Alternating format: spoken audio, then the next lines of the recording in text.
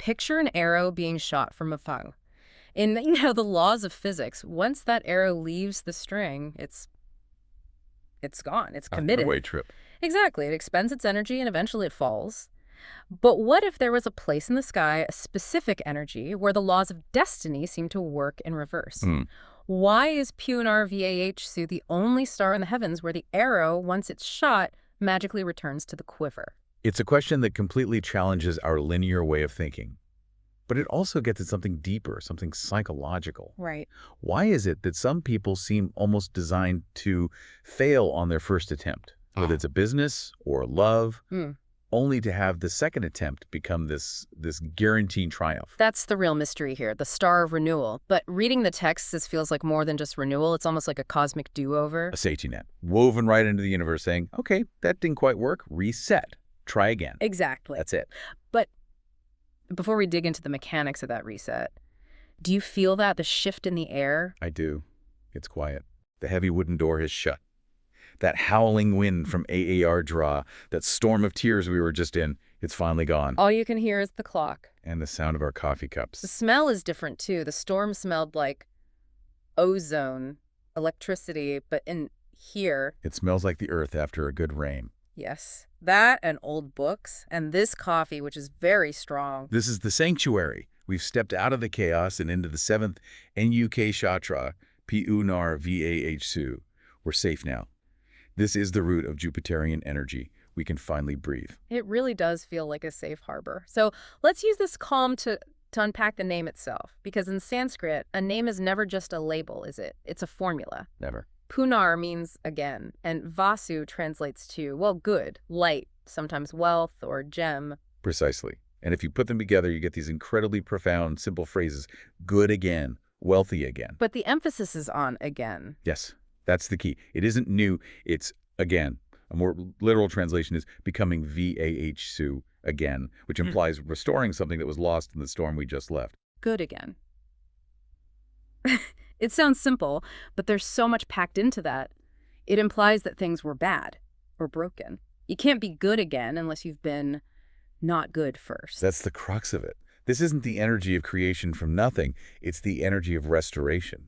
And the other name for it is visible infinity. Which is about more than just getting your keys back, though that is a part of it. It's about the return of the light. It's this deep philosophical belief that no darkness is permanent. I was looking into the linguistics and saw this strange connection. English words like punctual, punitive, maybe even puny, they might share a root here. But punitive sounds so harsh for a star that's supposed to be safe. Well, we have to reframe what we mean by punitive. We think of it as a penalty. You did wrong, so you get punished. Right. But under Punarvasu, the punishment is more like a course correction. It's the guardrail on the highway that bumps you back onto the road as part of the recycling nature of this energy. Nothing is wasted. So it's less about retribution and more about realignment? Exactly. So let's look at the map. Where are we in the zodiac? We're on a bridge, aren't we? Between two very different signs. We're spanning the gap between Gemini, which is all air, all mental energy, and Cancer, which is deep water, deep emotion. We're right on the bridge between the head and the heart. And looking up through the cafe skylight, we see the twins. Yes.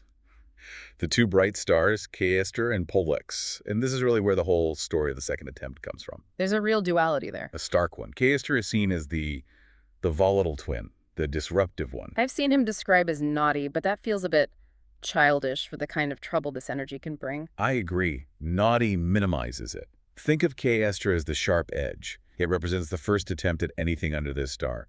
And here's the difficult part. The Castor energy is almost designed to fail. Designed to fail. It leads to loss, trouble, chaos. It's the arrow that misses the target completely. But why? If this is a benevolent star, why is failure baked into the process? It just seems so inefficient. Because the wisdom you gain isn't free. And that's the lesson of the other twin, Pollux. The wise twin. The wise and generous twin, yes. Pollux represents the second attempt. It brings the recovery, the retrieval of what was lost. But here's the thing. You can't have the wisdom of Pollux without the direct experience of Castor. So you're saying the failure isn't a bug, it's actually a feature. Exactly. It creates what the texts call the two-step success pattern. You have to engage with that initial failure to unlock the wisdom you need for the permanent success of the Pollux phase. That's a really tough pill to swallow for, high achievers. We're taught to measure twice, cut once. Right. But Punar VAHO seems to be saying, no, cut once, mess it up, learn from it, then cut again. In a way, yes. It's why this star is called the karma recycler. You have to fail first to succeed permanently. So we have these twins, Castor and Pollux, playing out this dynamic of fail and succeed. But who's overseeing all this? Who's the landlord of this safe house? That would be the deity, UHDT. And to really understand her, you first have to understand her opposite. Her sister, Aditi. Correct. Yeah. In the Vedas, Aditi is the mother of the demons. Her name literally means cut, bounded, or limited. She represents the mindset of scarcity. The zero-sum game. There's only so much pie, so I have to grab my slice. Precisely. It creates separation, ego, walls. But UHDT, with that A prefix meaning not, is unbounded, not cut, infinite. She is the mother of the gods, and she represents the safety of space. That's a beautiful concept, but how does space translate to safety? We usually think of walls as being safe. Open space can feel vulnerable. Well, think about that storm we just left. What destroys a building? The wind hitting the wall. Resistance. But you can't break space. You can't dent the sky. UHD is the cosmic safety net because she accommodates everything. The storm, the calm, the wreckage, the rebuilding. It's a completely maternal, accommodating energy. There's a word the texts use to describe her. Reasonability. Yes. And reasonability is a function of having space. If you're backed into a corner, you panic. You fight. That's Datiti. But if you have room to step back, to breathe, to reconsider, that's UHDT. That's reason. This connects to something else I was reading about, the fractal nature of this star. The lineage gets, it's mind-bending. It is. UHDT is the mother of Daksha, but then in a later cycle, she's born as Daksha's daughter. The mother comes from the sun. It sounds like a complete paradox. It is, but only if you see time as a straight line. If time is a spiral, it makes perfect sense. It just shows that these energies recycle themselves. The arrow returns to the quiver, yes, but not just to sit there. It's to be shot again in a new cycle. So if we need an archetype for this, a character study to make all this concrete, who embodies Punar VAH2? Oh, without a doubt, it's RAA, the 8th avatar of Vishnu. His life story is the perfect script for this nakshatra. And not because he was a perfect king from the start. His life was, if you look at it, a series of absolute catastrophes. It was. It's the Castor and Pollux dynamic on an epic scale. Rama was all set to be crowned king. That was the first attempt. And it was snatched away from him overnight, exiled to the forest for 14 years. I mean, that is the ultimate Kailash moment. And then he loses his wife. She's kidnapped. Castor strikes again. So he's lost his status and he's lost his love. But here's the key. He doesn't crumble. He engages the Pollux energy, righteousness, patience, building alliances. Right. And in the end, he doesn't just get his kingdom and his wife back. No. His return, that second attempt, it establishes the golden age. It restores the balance of the entire world. This is what they call the Via SH Nu Titoa, isn't it? The principle of preservation. He didn't just win. He made everything good again. So the exile of the loss, it wasn't an accident. It was the necessary process to turn a prince into a true savior. The Castor phase stripped him of entitlement so the Pollux phase could fill him with wisdom. Which brings us to the specific power, or Shakti, of this star. It's a mouthful, but let's say it.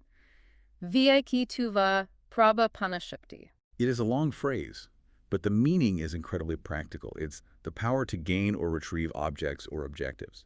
Now, I have to ask, is this just cosmic lost and found? I mean, is the deep spiritual meaning here really just about finding my lost wallet? It can be that on a mundane level, but no, it's deeper. It's not just about objects. It's about the triumphant return of the self. Retrieving the lost parts of yourself. Exactly. The pieces we lose to trauma, to heartbreak, to just life. Our joy, our confidence. Vastuva-Prapana-Shakti is the power to go into the dark and bring those fragments home.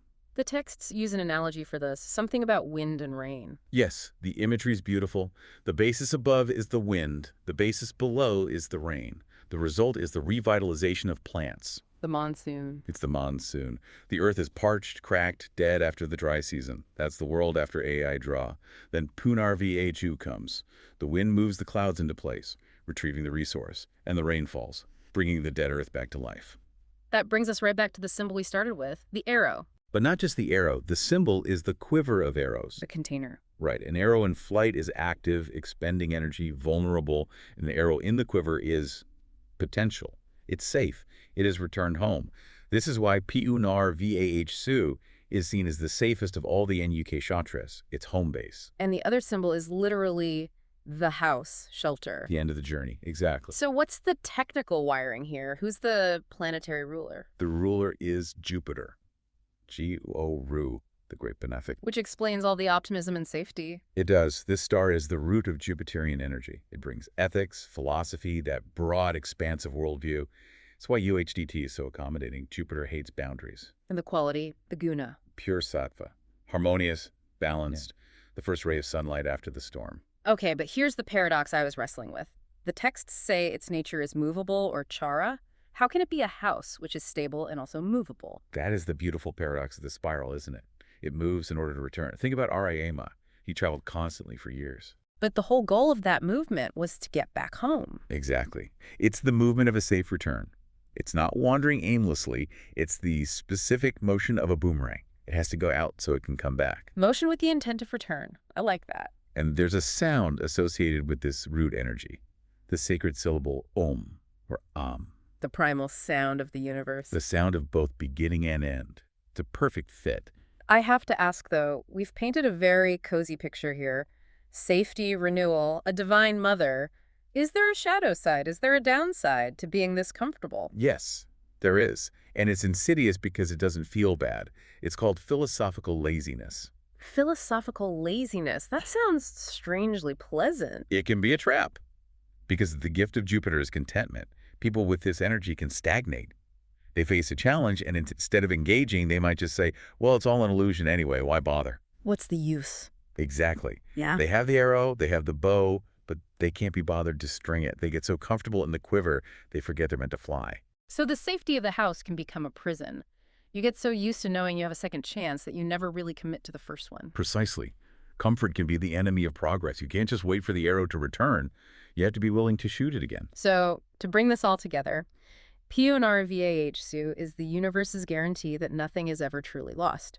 That's a good way to put it. It tells us that if we fail once, if that business flops, if that first draft is a mess, that's just the Ka Esther phase, the disruptor clearing the path. It's the necessary stumble that makes you look down and check the map. But the Pollux phase, the successful return, is inevitable if you persist. It is the restoration of the light. It's that deep, fundamental belief that no matter how much we lose, we can always become good again. That's a powerful thought to hold on to. I want to leave everyone with this to think about. We live in such a linear world. We're terrified of losing time, of moving backward. But if Punarvasu is right and time is actually a spiral, is failure really the end? Or is it just the necessary backward pull of the bowstring, that tension, that retreat, before the arrow can finally fly true?